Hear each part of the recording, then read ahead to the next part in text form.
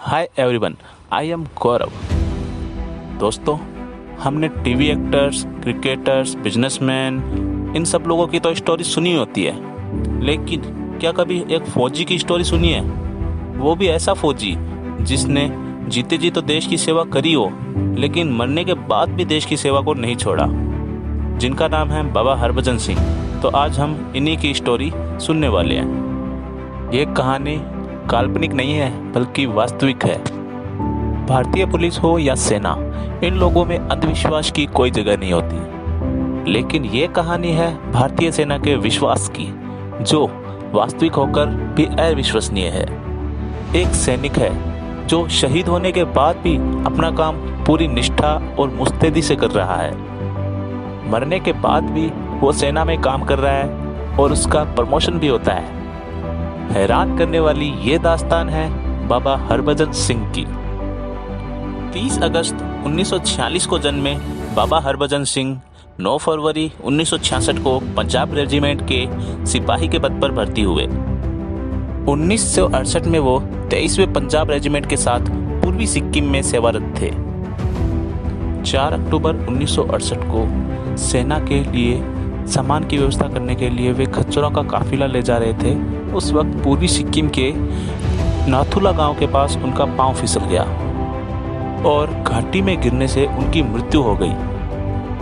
पानी का तेज बहाव उनके शरीर को 2 किलोमीटर दूर तक बहाकर ले गया। जब वो कई दिनों तक अपने सेना से लापता रहे तो उनको सेना ने भगोड़ा घोषित कर दिया। कहा जाता है बाबा हरभजन सिंह ने अपने साथी सैनिक को अपने पार्थिव शरीर की जानकारी उसे सपने में आकर दी और सेना ने वहां जाकर देखा तो उनका पार्थिव शरीर वहीं पर पड़ा मिला। कहा जाता है कि उन्होंने सपने में आकर जाहिर किया था कि उनकी एक समाधि बनवाई जाए और उनकी इसी इच्छा का मान रखते हुए उनके लिए समाधि भी बनाई गई। इस समाधि स्थल को अब बाबा हरभजन मंदिर के नाम से भी जाना जाता है। कहा जाता है मृत्यु के बाद भी बाबा हरभजन सिंह नाथुला के पास चीन की गतिविधियों की जानकारी अपने सैनिकों को सपनों में आकर देते रहे और उनकी ये जानकारियां हमेशा सच साबित होती थी और इसी के कारण ही उन्हें मरणोपरांत भी भारतीय सेना की सेवा में रखा गया। उनकी मौत को 50 साल हो चुके हैं, लेकिन इसके बाद भी आज तक उनकी आत्मा भारतीय सेना में अपना कर्तव्य निभा रही है और इसी कारण से बाबा हरभजन को नाथुला का हीरो भी कहा जाता है। बाबा के मंदिर में उनके जूते और बाकी सामान रखा गया है। भारतीय सेना के जवान रोजाना बाबा के मंदिर की चौकीदारी करते हैं, उनके जूते पॉलिश करते हैं, उनका बिस्तर लगाते हैं और उनकी वर्दी साफ करते हैं। वहां तैनात सिपाहियों का कहना है कि साफ किए हुए जूतों पर कीचड़ लगा होता है और उनके बिस्तर पर भी सिलवटें देखी जाती है। बाबा की आत्मा से जुड़ी बातें भारत ही नहीं, चीन की सेना भी बताती है। चीन के सिपाहियों ने भी उनको रात में घोड़े पर सवार होकर गश्त लगाने की पुष्टि की है।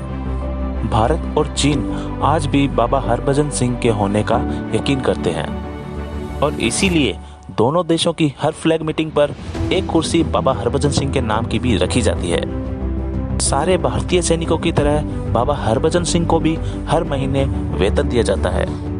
सेना की पैरोल में आज भी बाबा का नाम लिखा हुआ है। सेना के नियमों के अनुसार उनका प्रमोशन भी होता है। अब बाबा सिपाही से कैप्टन के पद पर आ चुके हैं। दोस्तों, आपको ये रियल स्टोरी कैसी लगी कमेंट्स में ज़रूर बताना। मुझे तो सच में बहुत इंस्पायरिंग लगी। बाबा हरभजन एक सच्ची देशभक्ति की मिसाल है, हमें उनसे सीखना चाहिए। तो मेरी मेहनत पसंद आए तो मुझे इस चैनल को सब्सक्राइब करके सपोर्ट कर सकते हो। मैं आगे भी ऐसी इंस्पायरिंग वीडियोस लाता रहूँगा। तब तक के लिए goodbye and thanks for watching.